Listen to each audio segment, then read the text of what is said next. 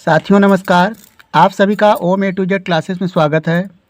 यदि आप कक्षा 7, 8, 9, 10 के विद्यार्थी हैं तो यह वीडियो आपके लिए अत्यंत महत्वपूर्ण होने जा रही है।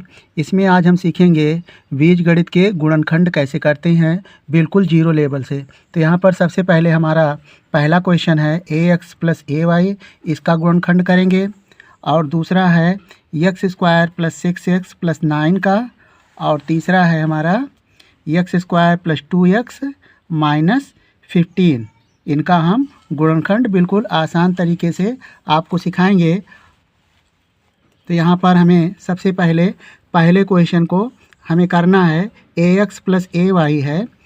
इसमें देखिए सबसे पहले हमें पद देखना है, कितने पद हैं। यहाँ पर एक पद है और चिन्ह के बाद दूसरा पद होता है। यहाँ पर दो पद है। अब इसमें हमें सबसे पहले कॉमन देखना है, यानी कॉमन का मतलब होता है कि दो संख्याओं में जो उभयनिष्ठ हो। यानी देखें पहले पद में हमें a है और दूसरे पद में भी उभयनिष्ठ संख्या a है। तो यहाँ पर हम सबसे पहले a को कॉमन लेते हैं। यहाँ पर लिखेंगे a और a कॉमन लेंगे तो प्रत्येक टर्म में यानी प्रत्येक पद में a से हम भाग करेंगे। देखिए यहाँ पर पहला पद है ax, यदि हम a से भाग करेंगे तो केवल बचेगा x। तो यहाँ पर लिखेंगे x, फिर प्लस का चिन्ह है तो प्लस का चिन्ह देंगे। और दूसरी संख्या में दूसरे पद में ay है तो दूसरे पद में भी हमें a से ही भाग करना है। तो a से भाग करेंगे, इस संख्या के नीचे a लिखेंगे तो a से a कैंसिल हो जाएगा, केवल बचेगा y। और देखिए इसका गुणनखंड हो चुका है और यही इसका आंसर हो जाएगा। तो बिल्कुल आसान है। यानी गुणनखंड हमें इस तरह करना है कि फिर उसके और टुकड़े ना किए जा सकें। यहाँ पर देखिए a कॉमन था और ब्रैकेट में बच गया x + y। अब इसको और भी गुणनखंड सरल नहीं किया जा सकता, तो यही इसका फाइनल आंसर हो गया। तो अगला तरीका गुणनखंड का दूसरा देखें। अगला हमारा क्वेश्चन है x² + 6x + 9। यहाँ पर देखें जो चर है उसकी घात 2 है और इसमें पदों की संख्या है 1, 2, 3। तो इसे हम त्रिपद कहते हैं क्योंकि इसमें 3 पद है, 1, 2 और 3। तो इसका जो मध्य पद है इसको हम वियोजित करेंगे इस प्रकार कि ये 6x ही आए और इसको बना लेंगे 4 पद। अभी ये 3 पद है, फिर बनाएंगे 4 पद और उसके बाद कॉमन लेकर इसका गुणनखंड करेंगे। तो यहाँ पर हम 6x को वियोजित किस तरह करेंगे।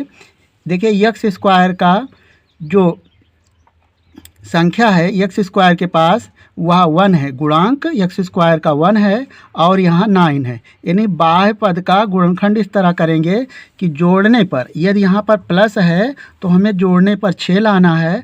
अगर माइनस होता उसका भी हमने अलग क्वेश्चन लिया है, माइनस वाला भी।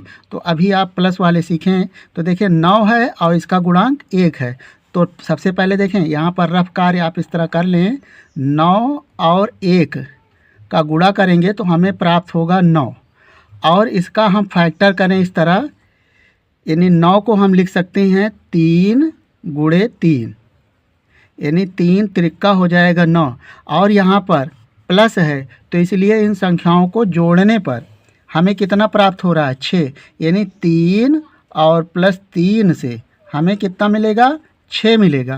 तो यहाँ पर देखें हमने 6 प्राप्त कर लिया, वो भी जोड़ने पर, क्योंकि यहाँ पर चिन्ह प्लस है।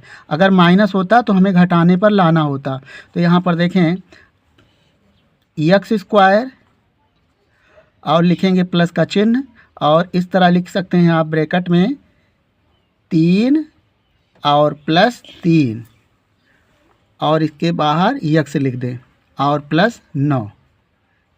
इस बार यहाँ पर प्लस है, ब्रैकेट तोड़ेंगे तो हो जाएगा x² + 3 और साथ में x का गुणा होगा तो 3x + 3x और +9 हो गया। अब यहाँ पर देखें 4 पद हो गया और प्रत्येक पद 2 पदों में हमें कॉमन मिलेगा, यानी पहले 2 पदों में और अंतिम 2 पदों में। तो यहाँ पर देखें कॉमन अभी हमने सीखा है x² + 3x। इन दोनों पदों में उभयनिष्ठ संख्या यक्स है, यानी यक्स इसमें भी है, यक्स इसमें भी है, तो हम कॉमन लेंगे यक्स। तो यक्स कॉमन लें और जो कॉमन लेंगे प्रत्येक पद में उसी संख्या से भाग करेंगे। तो देखें यहाँ पर यक्स स्क्वायर है, यदि यक्स से हम भाग करेंगे तो यहाँ पर बचेगी यक्स की घात 1, यानी देखें यहाँ पर यक्स स्क्वायर का मतलब होता है यक्स इंटू यक्स, और भाग करेंगे यक्स से तो यक्स यक्स कैंसिल हो जाएगा, केवल हमें बचेगा यक्स। और इसी तरह यक्स से 3x में भाग करें तो यानी यक्स से यक्स कैंसिल हो जाएगा और प्लस 3 बच जाएगा।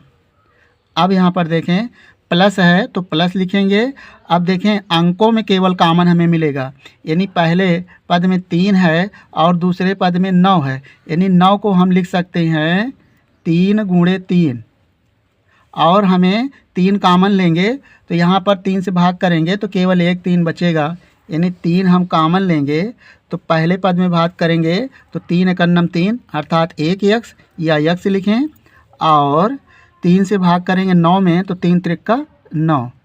अब यहाँ पर एक बार फिर पुनः कॉमन लेना है और ये गुणनखंड सॉल्व हो जाएगा। देखें यक्स प्लस 3 पहले पद में है और यक्स प्लस 3 दूसरे पद में भी है, पुनः कॉमन लें यक्स प्लस 3, तो यक्स प्लस 3 कॉमन लेंगे तो पुनः भाग करेंगे तो यक्स प्लस 3 कैंसिल, केवल बचेगा यक्स पहले पद में और दूसरे में भाग करेंगे यक्स प्लस 3 से तो ये कैंसिल, केवल 3 बचेगा। तो यह उत्तर आ गया। इस तरह के जो क्वेश्चन होते हैं ये बहुत ही इम्पॉर्टेंट होते हैं और ये हर बार पेपर में आते हैं। तो यहाँ पर अब इसका दूसरा मेथड देखें जिसमें माइनस है, यानी त्रिपद है लेकिन माइनस है यहाँ पर, और पहले वाले में प्लस था। तो देखें इसके लिए भी वही प्रक्रिया, यानी एक्स स्क्वायर का जो गुणांक है 1 है और 15, यानी बाह्य पदों का गुणनखंड इस तरह करना है कि मध्य पद लाना है, वो भी घटाने पर। तो देखें 15 है, 15 का गुणा 1 में करेंगे तो केवल पाएंगे 15।